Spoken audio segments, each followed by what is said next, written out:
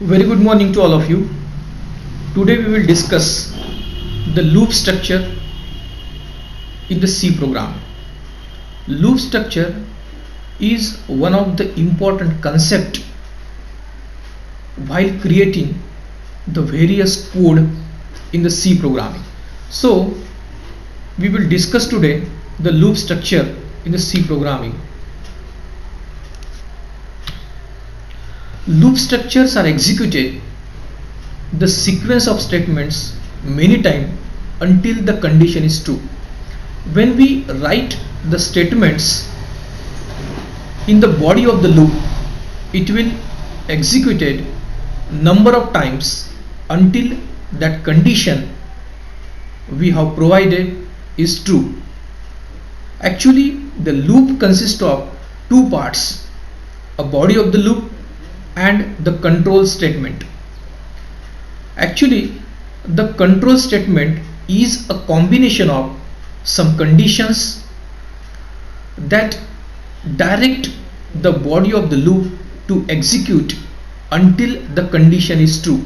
Means whenever the condition is true, the statements in the body of loop will be executed again and again, and the purpose of the loop is to repeat the code number of times. The loop structure will minimize our effort to print something again and again, and that's why we use the loop structure. Actually, there are the classification of loop structure in the C programming. Actually, three loops are found, and that three loops we have defined in two categories. And the first category, that is the entry controlled loop, and second category, that is the exit control loop. In the entry control loop, we have checked the condition before executing the bunch of lines in the body of the loop, and it is also called the pre-checking loop. And the next loop, that is the exit control loop, and in this exit control loop we have checked the check and executed the statements before the executing the condition. Means we will execute the statement first and then we will check the condition, and it is also called the post checking loop. Now this is actually the flowchart of the loop structure. When we see this flowchart very carefully, it is found that we have to initialize the variable. And after initializing the variable, we will check it the condition, and if that condition is found to be true, then whatever the statements in the body of the loop will be executed.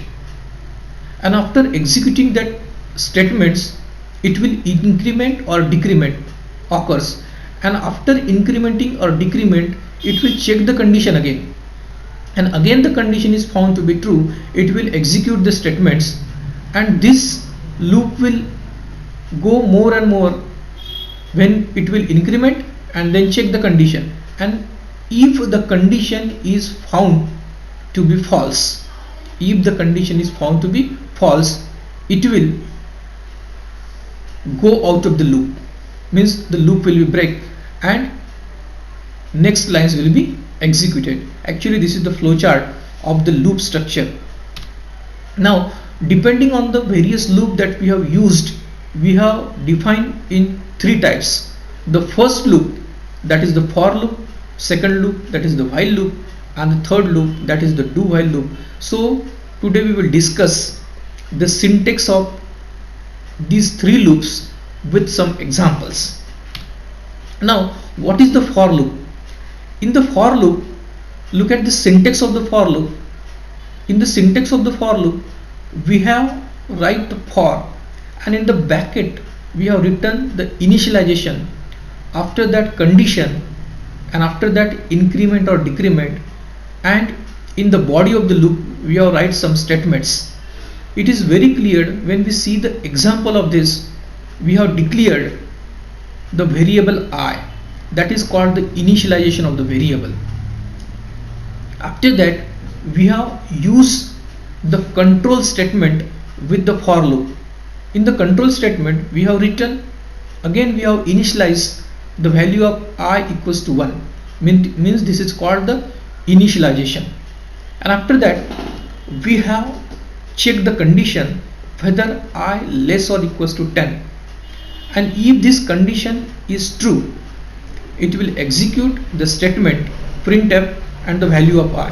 Whatever the value of I will be print in the output, and after printing the statement it will go upward and it will increment the value of I by 1, and it will increment the value of I by 1. Now the value of I equals to 2, and now it will check again whether the value of I is less or equals to 10, and after checking the condition it will execute the statement again, and this process will run again and again until the condition will be false. At the last end or at the last iteration, the value of I equals to 10, and it will check the condition again it will found to be true, and it will print the value of I, that is 10, and this is the last iteration. Now it will go again upward, it will increment the value of I by 1. Now the value of I equals to 11. Now the value of I equals to 11. It will check the condition of I again, or it will check the condition again, and now the condition is found to be false, and now it will not print the value of I, and the loop ends. So this is a very simple loop. I think you are clear with this loop. So we will go to the next loop, that is the while loop. And in the while loop, while condition and directly the statements, and when we see the example of this loop with same program, so look at this. We have to initialize the variable before the loop. We have to initialize the variable before the loop, and we will check the condition within the loop, and we have write initialization, we have write the increment or decrement within the loop. So this is the basic difference between the for loop and the while loop. The same thing will be done by both the loop, only there is the difference how to write and what is the syntax of this while loop and the for loop. The program will be same, only the difference of the syntax is there. So this is all about the while loop, and this for loop and the while loop are the best example of what? Entry controlled loop. So we will see the definition of the entry control loop. The entry control loop, a condition is checked before the executing the body of the loop. So these two are the best examples of the entry controlled loop. Now we will see the next loop, that is the do while loop. A do while loop is similar to the while loop, except the condition is always executed after the body of the loop. So it is also called the exit control loop. When you see the example of this do while loop, you will see that we have to initialize the variable before the loop, and after initialization there is a do, and it will execute the statements directly. And then after that we will check the condition while I less or equals to 10.